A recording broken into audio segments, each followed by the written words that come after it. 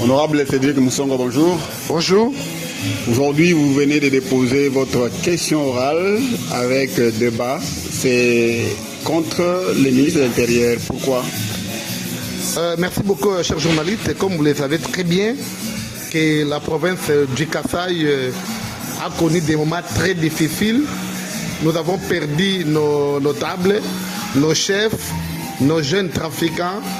Il y a eu une insécurité dans cette province que je ne saurais pas détailler dans vos micros. Alors, en réunissant tous les éléments possibles, nous nous sommes dit qu'il serait mieux que les ministres de tutelle viennent nous expliquer, viennent expliquer à la représentation provinciale de quoi il s'agit. C'est dans les 48 heures ici, j'étais interpellé par une maman au niveau de Louébo, une maman qui a été humiliée parce qu'elle a réclamé ses droits par les services de sécurité. Vous avez suivi la mort de l'assassinat du chef Kibulungu en pleine ville. C'est un conflit qui date de longtemps. Quelles sont les mesures que les ministres avaient prises par rapport à cette situation? À Kalunga, n'en parlons même pas. Il y a eu des chefs coutumiers tués, chef Kalunga et chef Kipoko. À Chinota, donc c'est partout dans la province du Kasaï où l'insécurité bat son record.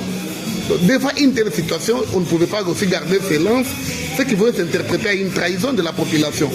Raison pour laquelle nous avons invité les ministres de l'Intérieur, Sécurité et Affaires coutumières, qui viennent nous expliquer comment cette situation peut dégénérer dans notre province. Dans la ville, il y a eu un motocycliste qui a été tué, il y a eu un trafiquant, un négociant de diamants qui a été aussi tué du côté Kamitabala. Et toutes ces situations, on ne pouvait pas aussi garder silence devant cette situation. Raison pour laquelle, en tant qu'élu du peuple, j'ai mené une démarche purement démocratique pour que les ministres de l'Intérieur viennent expliquer aux honorables députés de quoi il s'agit et comment l'envisage mettre fin à cette situation. Et maintenant, qu'est-ce que vous poursuivez en interpellant les ministres?